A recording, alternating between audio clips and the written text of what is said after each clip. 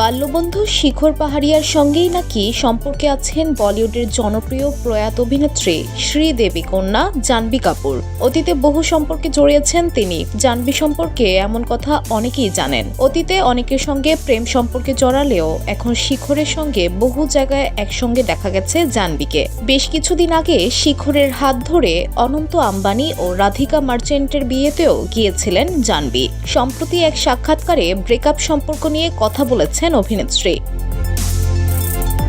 জাহ্নবী জানিয়েছেন, তার জীবনে এমন সময় এসেছিল যখন তিনি প্রত্যেক মাসেই প্রেমিকের সঙ্গে ব্রেকআপ করতেন। অভিনেত্রীর প্রেমিক শকে চলে যেতেন সেসব ঘটনায়। তারপর থেকে তিনি ব্রেকআপের কথা শুনলেই বলতেন, হ্যাঁ ঠিক আছে।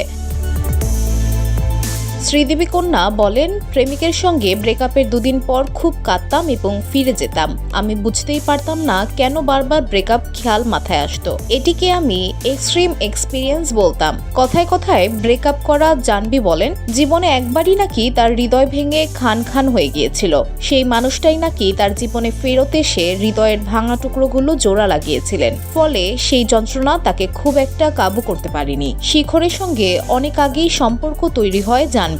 সেই সময় তিনি সিনেমায় কাজও শুরু করেননি। 2018 সালে মুক্তিপ্রাপ্ত জাহ্নবীর প্রথম ছবি ধাড়াকে সহ অভিনেতা তথা ছবির নায়ক ঈশান খট্টরের সঙ্গে তার সম্পর্কের গুঞ্জন অনেকেই শুনেছিলেন। সেই প্রেম ভেঙেও যায় কয়েকদিনের মধ্যে। এখন শিখরই তার ধ্যান জ্ঞান বলে জানান অভিনেত্রী জাহ্নবী।